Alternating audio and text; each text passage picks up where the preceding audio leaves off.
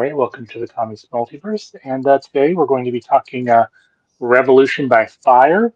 The New York Afro-Irish Uprising is 1741. And with me is David Lester. So let me bring him in and we'll find out about him and the book. Hi, how's it going? Go ahead. So, so before we get talking about the book and all that, tell us a little bit about yourself. As a your history with comics and working on them. Well, most of my adult life, like I've always loved comics, and I wanted to make comics, and I like Classics Illustrated and Mad Magazine, and of course the work of Jack Kirby and Jim Sternenko, and so I love all that stuff. But I can't really, my drawing style has never been along those lines of the classic kind of comic stuff, right? But I love that stuff. Hmm. And so so that was the idea of growing up. I wanted to be an artist of some kind, or a musician. And what happened was I ended up kind of more veering into graphic design and becoming a musician, and started a band called Mecha Normal, duo with my musical partner Gene Smith. And so we have done that for decades and decades, and made a whole ton of albums, or K Records and Matador Records in New York, and Sub Pop, and other indie labels. And so that was kind of my the majority of my life. But I always did drawing. I always did graphics and posters and book covers. And eventually I decided I wanted to do a graphic novel. And so I just I did my first book.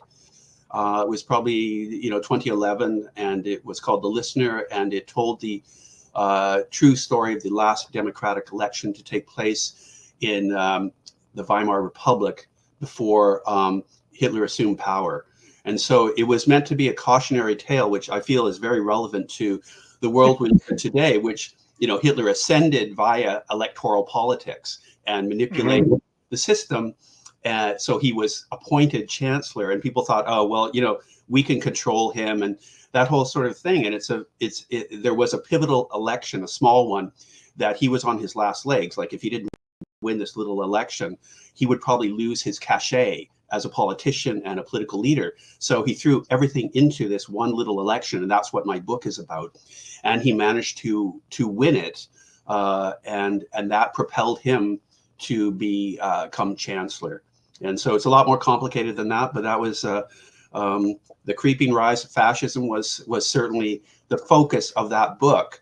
And I sent it around, and then it was picked up by a publisher, and so that led me to a number of years later being approached by a group in British Columbia, where I live in Canada, called the Graphic History Collective, and their whole idea was to, as academics, was to approach progressive history, but tell it in a way that was accessible to as many people as possible.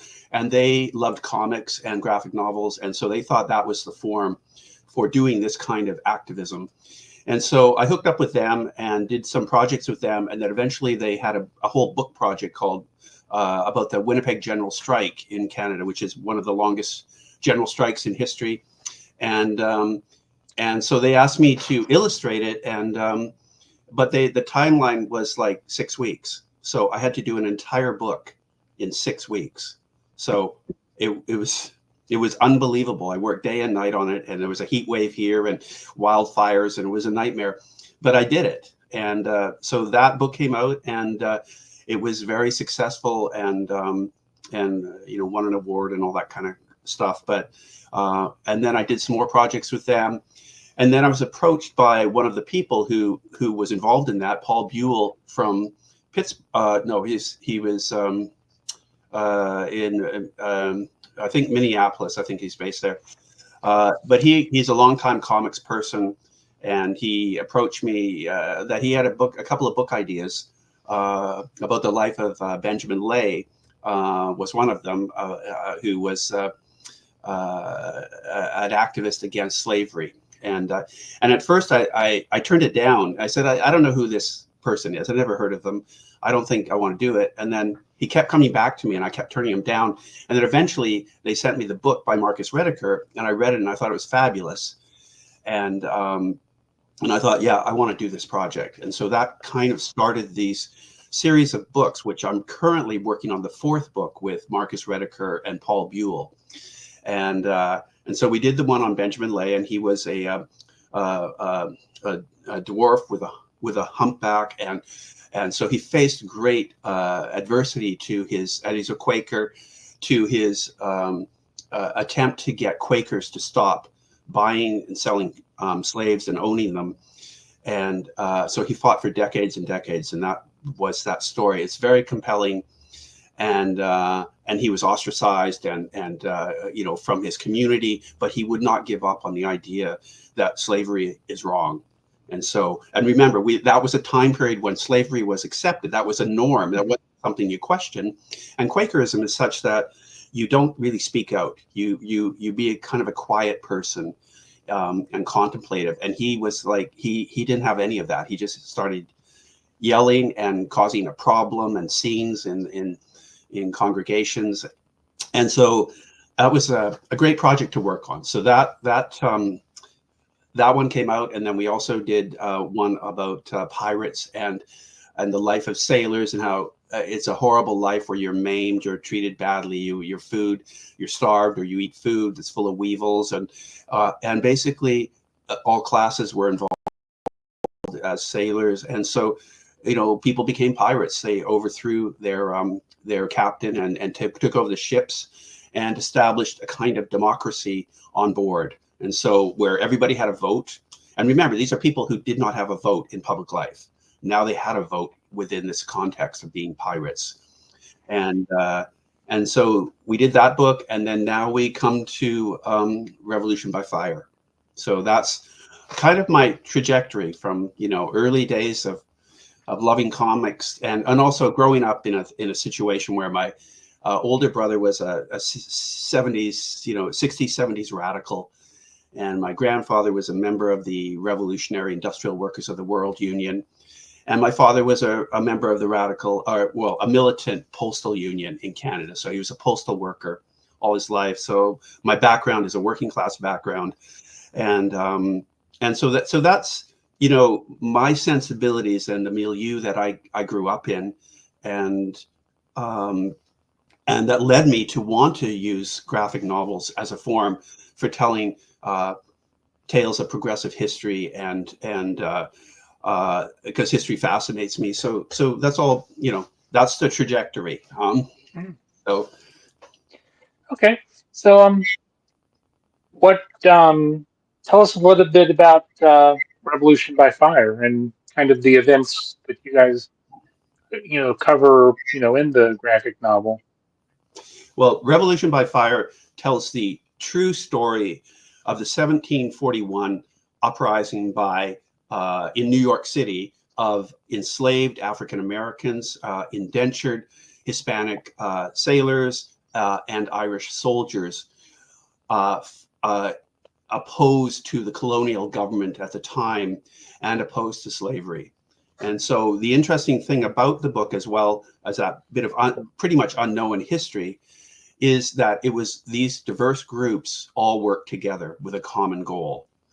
And it must be pointed out, at the time, in the 13 colonies, New York City had the second largest population of enslaved people after Charleston, South Carolina. And so that's, in a nutshell, that is the what the book is about, and what we cover in it. And who are the people that you follow throughout the story? I'm going, since this is a historical, you know, piece of work, then I'm sure these are historical figures that you kind of follow throughout the story. Yes, I mean, there's a bit, because you have to realize, back in the 18th century, there were no photographs, there were no recordings of things, there's no video, there's no Right. internet. So so some of the people are real people, but just like in film, there's some amalgamation of certain characters. And so we have John Gwynn, who's the main character, who is an African American who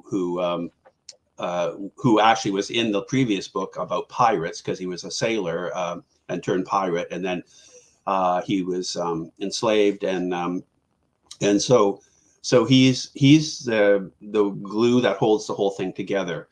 And then he's joined by his lover Peg, who comes from Ireland and has a loathing for the British because of what they did in Ireland to enclose lands and basically just do terrible things like the British did at the time to the Irish and others in the world, of course. And so and then it all kind of takes place at this tavern in New York City, and the other main character is a Scottish guy who runs the pub, and he at first is reticent to join the conspiracy, but then he does, and he supports it to the end, to his death. And there's a number of other characters, but the trick with this one, it made it so difficult to write, because when you're writing about a conspiracy, there's there's a lot of characters, and so and you don't have 400 pages to tell the story, and so that presented real problems of trying to keep on track with these characters, and do it in a timely manner. But I could show you a couple of the characters. One of my techniques of making a graphic novel is I make clay heads of some of the characters, and as a means of drawing for the course of 150 pages or so. And I just find it it just helps me, because you can draw from any angle. And so I'll just show you here. Here we have this is, I don't know if you can see this, but this is the tavern owner. And unfortunately, it's very bright in my apartment right now. It's morning. It's noon for me, but it's extremely. Of course, it rains every day here except today, apparently. So, so I don't know how you can see this very well. Yep, I can see it. Yep. Yeah. So, and the other thing about it is that I can control the light source with it as well, which is and the angle there. You get it, And so I find it with the shadows, it's wonderful to have that opportunity. But, after a certain point of drawing, you start to know the characters very well. And then you don't necessarily always consult them. But that is the Scottish guy who's the main guy. We have another character here. Here's a version of John Gwynn. Yeah. So that's, again, one of the main characters. And finally, we'll show the governor there, who was the governor of New York. This is maybe a bit harder to see in this light. Yeah, I can see that. It's a bit rough. So anyway, those are, I always try to, have some fun with making these books and have something tactile to work with. And in the pirate book, I built an actual ship, a scale model of a galleon.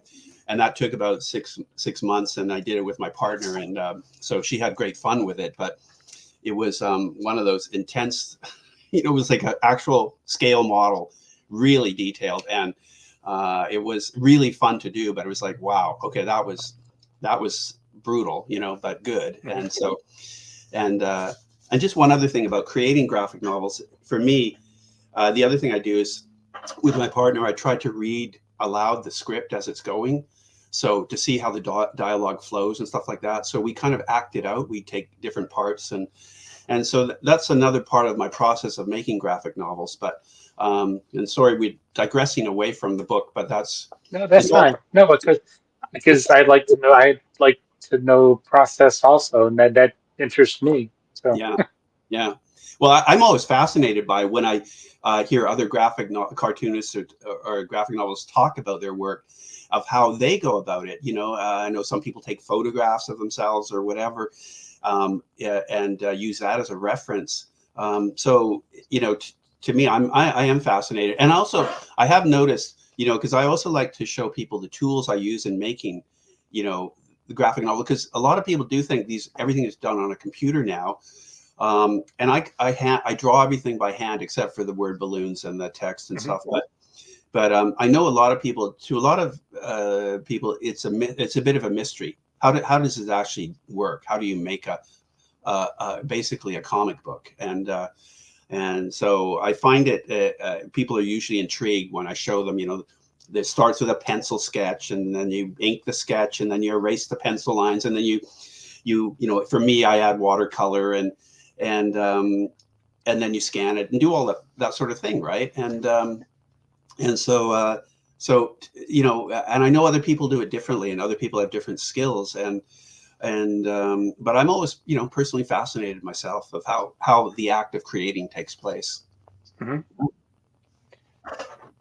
So when you were um, preparing to, do the book and doing your research, was there anything that you found interesting that you learned or, didn't know before or anything like that? Well, probably just about everything. uh, Okay. I should explain, like, the book came out of you know, the two previous books I have done with Marcus Rediker and Paul Buell have come out of based on actual full length prose books that Marcus Rediker has done, and this one is just simply a chapter in one of his books. Okay. So, you know, like, I didn't have the value of the expansiveness of an entire book to create the script, and so the way we work is I actually do the initial draft of the script, and so for this one it was very challenging because it was a chapter. So you know, you only have so much information, and you don't have the detail about so much about the characters. So a lot of stuff had to be kind of not invented, but improvised to a degree. And what I had to do was, there actually was a transcript of the trial, because all of these people who were part of this uprising, a whole bunch of them were selected and put on trial, a mass trial, and um, and so there is an actual book that was written by the trial judge and published in the 18th century. It's 400 pages, and it was republished in the 70s. And so I had a copy of it, and I had to read this transcript, which is, again, the language that people spoke back then was very different from what we have in modern times, and the cadence of the language, which was really good for the dialogue.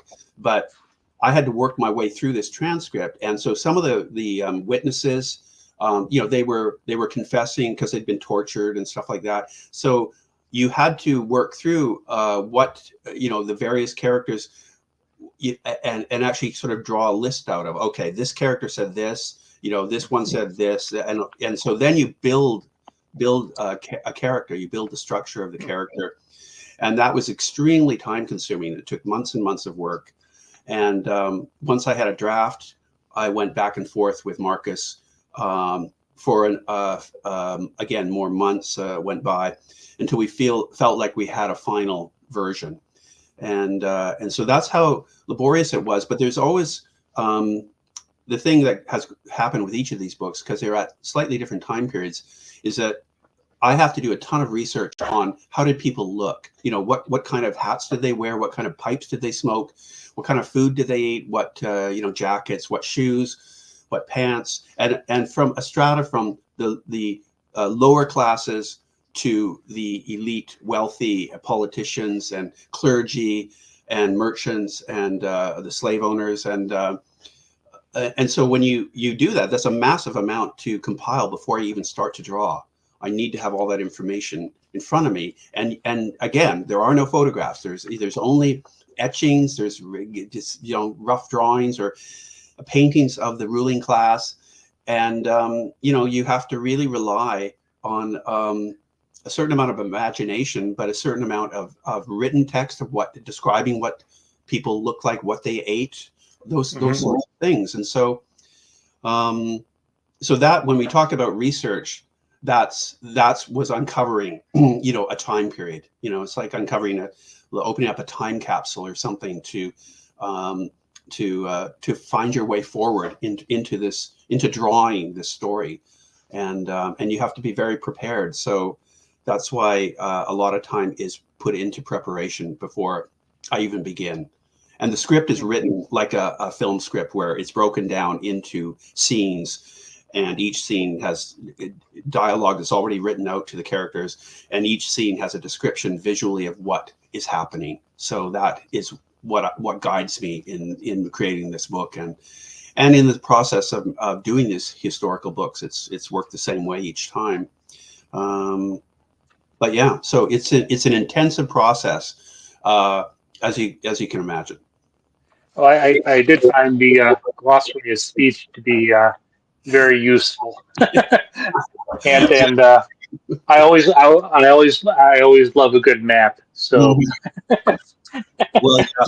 Well, me too. I thought the map was important um, for all our friends in New York City, to give an idea where proportionally where things occurred, and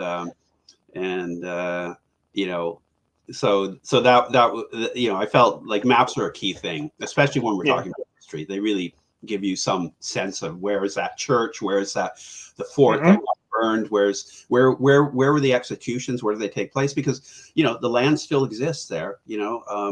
Uh, so uh, so yeah, so that's all part of it. Yeah. So what would you like for people, when they read the book to get out of it? Well, I mean, to me, I kind of feel like I always think of graphic novels as kind of the future of activist art, because it can be reach a large audience, and it can be used. Many of the books that I've been involved with, they are used in classrooms, and so I feel very happy about that. It's very satisfying to know that that will help people understand history, learn history, and debate it, argue about it, and disagree, or use it as a form. Because what I've been told by certain people who teach history is that um, a lot of students are unable to read longer prose books that might go on for hundreds of pages. Doesn't necessarily connect to them. So the idea of a shorter book um, that's done as comics, younger people are very excited about that, and it's a great way of learning history that may well seem too dry in a traditional history book. So that's part of what I feel is important to, of course, remember history, and for those classic reasons of trying not to repeat it. And apparently we do keep repeating terrible things in history. We don't seem to learn much, but I won't give up. I'm going to keep Yeah, yeah. making these books and spend years working on them to bring these forward. And so with this book, it's like in a world that increasingly is authoritarian and verging on fascist in many cases. I think this is a classic story of a fight for democracy and social justice that comes from the people at the bottom of the rung of society. And this is also a part of a concept of history from below. So rather than telling history um, from only the perspective of the victors, the wealthy, the privileged, we tell it from everybody's point of view, and particularly focused on those who don't normally have their voices heard. And so that's a part of the book. But so this is also the story, against all odds, that people at the lower echelon of the social system, they gave everything. They fought back, and they gave their lives to try to change the world that they live in for a more just world. And so the fight against tyranny and exploitation, it was there 250 years ago. It's still here today, and we still face the same issues in the world to varying degrees. But tyranny remains a concern. And so I hope that this book is an inspiration to modern day activists, and also those who want to be activists, and also just generally citizens who, particularly in the time we live in, where it all feels at times hopeless, that you you vote, you hope people can be decent and people can disagree, but at least not be horrible and disgusting. But apparently we need to learn we need to keep fighting for this aspect of it. And so I feel that the book is part of that. So I feel that the book is relevant um, in the social world that we live in the current environment, the current um, weird. Political climate. Sorry, what was that? Political climate. Yeah, the political climate of the time. So yeah, so that's so I hope I really hope that that's what people get out of it. Yeah. Was there anything else that maybe we didn't talk about that you wanted to make sure that people knew, or Uh, well, I hope people. I don't want to tell too much about the story because I'd rather people uncover it. But I wanted to say a little bit about the art. I tend to draw in. I tend to my focus in these works have been to tell um, the rather gritty stories of progressive and political history, and I feel like in order to tell them, I want my artwork to be kind of gritty and have a sense where you're holding the book and you're transported back hundreds of years. And so that's why I use black and white, and I use a lot of darkness in it, a lot of shadows, and that appeals to me. And it's a conspiracy, so people are in things were, remember, lit by candles, or if you were lucky, an oil lamp. There was no electricity back then, so there's a lot of darkness that people had to come out of the shadows in. And so metaphorically, of the revolutionary comes out of the shadows, comes out of the meetings and the conspiracy and the darkness. And so my drawing style is just, I want it to be gritty and have a visceral sense, and at least that's my intention, so that you're holding something that feels, it takes you back back in time. And so that is, I just wanted to mention that about the artwork, and also that I did take a lot of inspiration from certain films. There's one, State of Siege, from 1972 by Costa Gavras, about fighting a dictatorship there, and there was Matewan by John Sayles, about a union uprising in West Virginia that all originally involved. from there, Yeah, from yeah, West Virginia. you are. So, Okay, great. Do you know this? The whole. well, I don't know if it's great, but yeah, I'm originally from there. Yeah. Okay. So good. So yeah. So there was a conspiracy in the Cold Wars, and so Mhm. that was instructive in terms of how do you make a book interesting when it's full of meetings and like Yeah, people conspiring together and talking. And so that was a challenge in making this book. yeah, And of course, it ends in fires and a mass trial and mass executions, and so there's a lot of other action. But initially, I wanted to seek how other people did that in terms of making the meetings interesting and making the conspiracy come alive in that way. So yeah. Anyway, that's I think that's gives people a taste of the book, I hope. and the book comes out on the 12th of this month. Yeah. Um, so people should definitely check it out at their. Hopefully, it's at their comic shop. If not, then they can Hmm. order it or find it wherever. Hmm. Hopefully, try to support local when you're Yes, buying it. please. Yeah. But where can people find more of your stuff or more about you? Well, I have a couple of websites, but basically, I think if you just type in um, my name and a copy of the book, or graphic novelist or something, you'll find your way there. Okay. So yeah, I'm all over the web in that way, sort of thing. So, Okay. and on Facebook and all that sort of thing. So it Yeah. shouldn't be too difficult. All right. Well, I want to thank you for taking the time this afternoon to chat about the book. I mean, what I've read so far is very interesting, and I'm a history buff, so it's right up my alley, and definitely. But you know how I what I think about it, and Mhm. if you ever want to come back and talk about any of your other stuff that you have in the in process, then would love to have you back. That'd be wonderful, and thank you for having me, Chad. This is it's great. It's great, honestly. All right, well, thanks and have a good day, and enjoy Canada.